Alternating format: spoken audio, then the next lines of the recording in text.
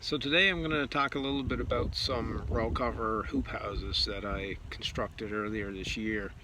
This year was the first year using them. Last year I decided to use just floating row cover, but being in a windy location realized quite quickly that it was an exercise in futility, really, trying to keep the stuff down to the ground.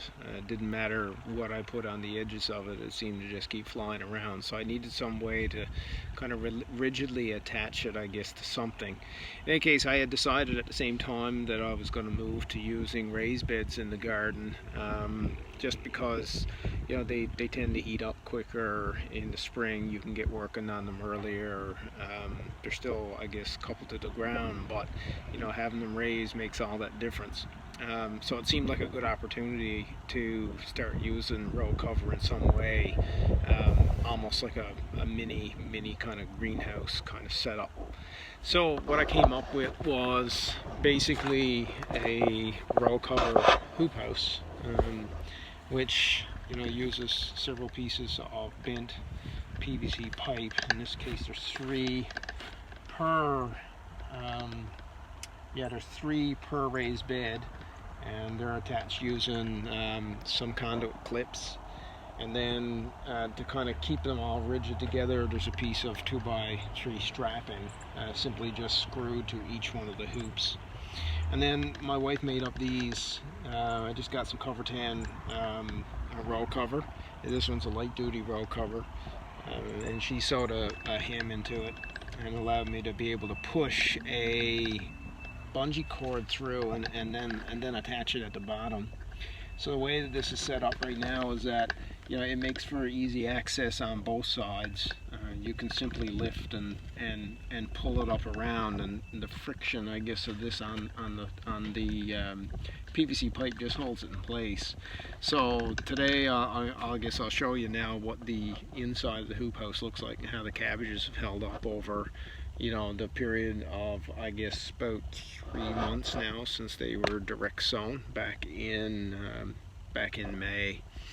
They've had a lot of growth lately, but it's slowing down a bit again now because our September temperatures are starting to drop. So in any case, you just simply grab it here, you pull the row cover up, and when you pull it, it simply just stays in place with the tension of the bungee cord. And I walk to the other end like this and grab it and simply just pull it up in place. And like I said, the friction just keeps it there. So here we are. So here's the inside. And earlier on in the year, I noticed some damage on these cabbages, but I sprayed them with BK. It appeared to be it wasn't a cabbage looper, it was a cutworm, so it must have overwintered, I'm guessing, in the soil and came up through. So since spraying with BK, I've had absolutely no problems. These cabbages now are, I would say, pretty pristine, and they're starting to form nice heads. The heads now are about the size of a softball or so on all of them, and you can see, right? I mean, no visible damage on any of this at all. So row cover works, there's no doubt about that. I think having a convenient way to be able to use it really is the key. Having it floating in a windy location is more inconvenient than anything.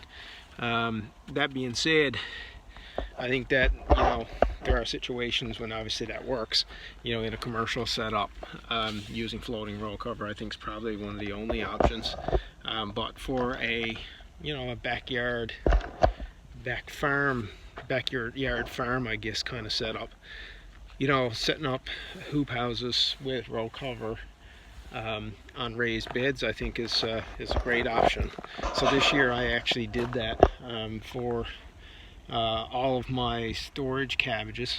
I think altogether there's quite a few there, and my summer cabbages, which they were all up there. That's all harvested now. Rutabagas, kohlrabi, turnip, and now I'm growing radishes. The weather's cooled quite a bit, so a couple of the hoop houses now are empty. I've sown radish seeds in them, and within 15 or 20 days, and that'll probably be the last crop that I can get here. And at this point, then I'll be moving everything to the winter greenhouse. In any case, I hope that you guys learned something from all of this. These guys are a good addition to, I'd say, any backyard garden where you're growing anything where you're worried about loopers and cabbage worms or root maggots. Anyway, subscribe below. You'll get updates when I have new videos.